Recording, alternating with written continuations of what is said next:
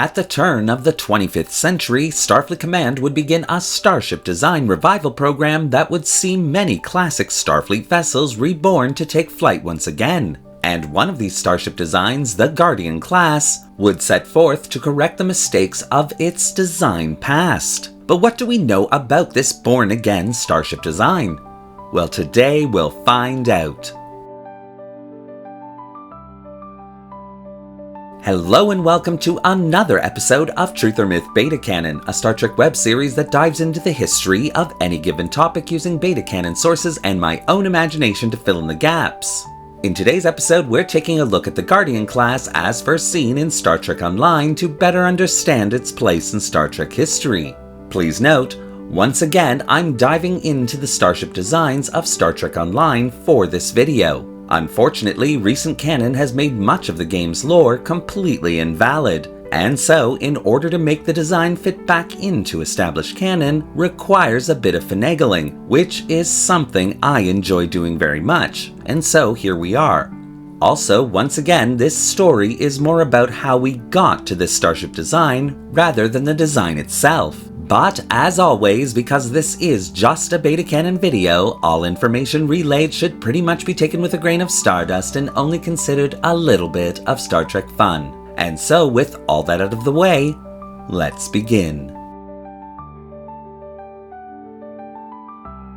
In the early 25th century, Starfleet Command was experiencing a sort of retro starship design revival. Vessel designs such as the Neo-Constitution class, the Excelsior II class, and even the Sagan class all pointed back to starship designs of the past. To understand this sudden reversal of starship design lineage, one simply needs to look back at the latter part of the 24th century. Wrought with endless conflict, even Starfleet Command found itself wishing for simpler times. And this idea would begin the Starship Design Revival program. As with all things, however, the true reasons behind this retro revival were far more complex.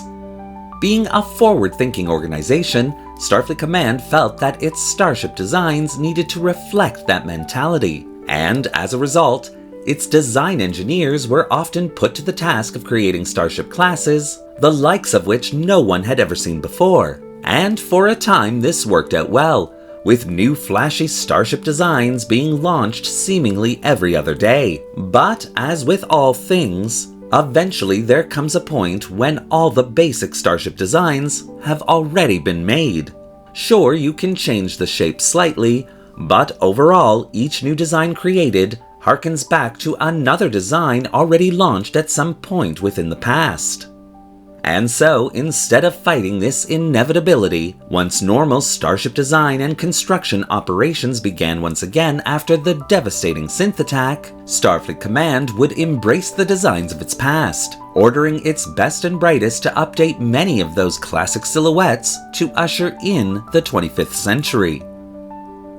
And thanks to the technological breakthroughs made through the Borg Reclamation Project, this new retro starship design approach would not only become a standard practice of Starfleet Command, but would actually thrive through the ages, connecting this important spacefaring organization directly to its past.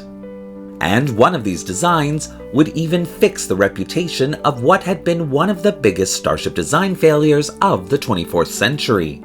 The Ambassador class was originally to have been a starship design to usher in a new era for Starfleet Command and the United Federation of Planets back in the early 24th century.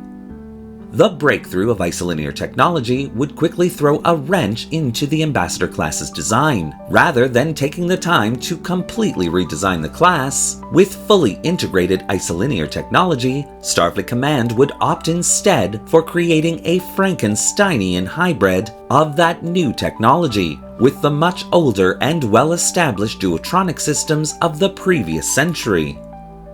And this time-cutting measure would end up causing major problems not only for the Ambassador class itself, but for Starfleet Command as a whole. Put simply, duotronic and isolinear technology just didn't work well together.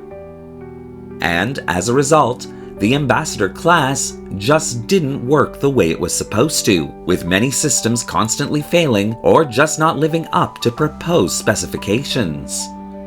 And rather than admitting this defeat and heading back to the drawing board, Starfleet Command would instead decide to hide the Ambassador class's issues, simply creating patchwork fixes for all the class's bugs. This deception would be revealed after the loss of the Enterprise C at the Battle of Narendra 3.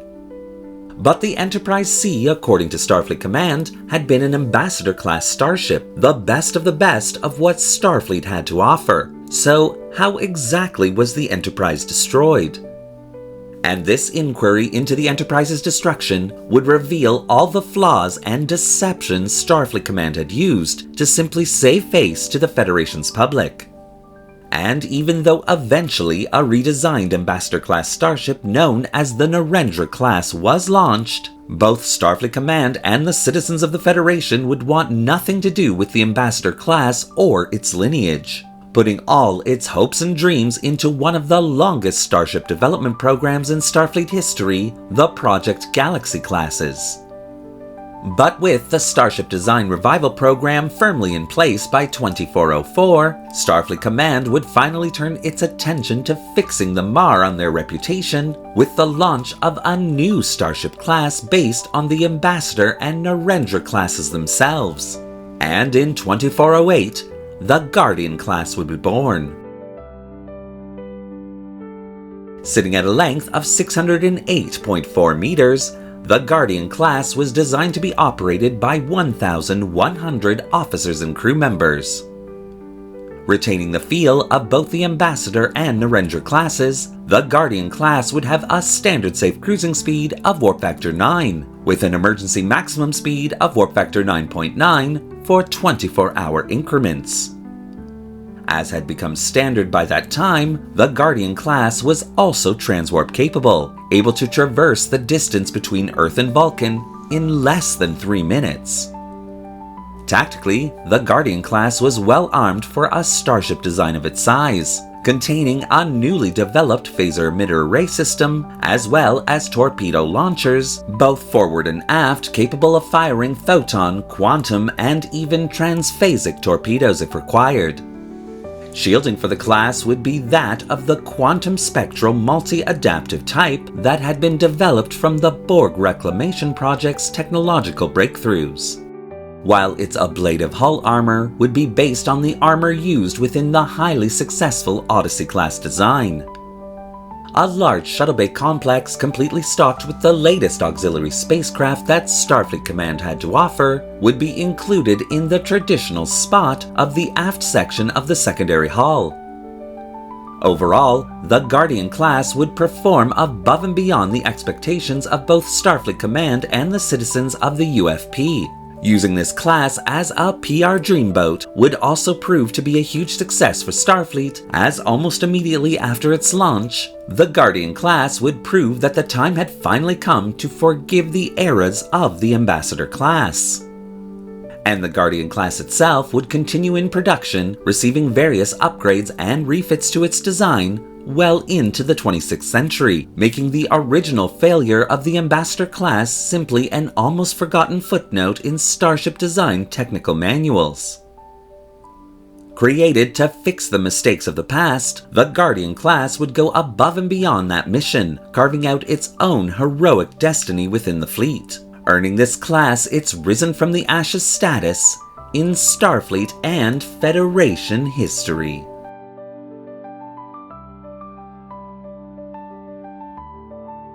Thank you for watching today's episode of Truth or Myth Beta Canon. What do you think of the Guardian class and the historical narrative that I've created here? Do you want to see more videos like this one? Well, leave your comments in the section below, and don't forget to like the video and subscribe to the channel, hitting that little bell icon so you won't miss a single video we release. Want to help the channel fix all the mistakes of Starfleet Command's past? Then consider becoming a channel member subscriber or a channel patron, both a major help that allows this channel to purchase resources and 3D models to keep it going. The link to both memberships is in the description below.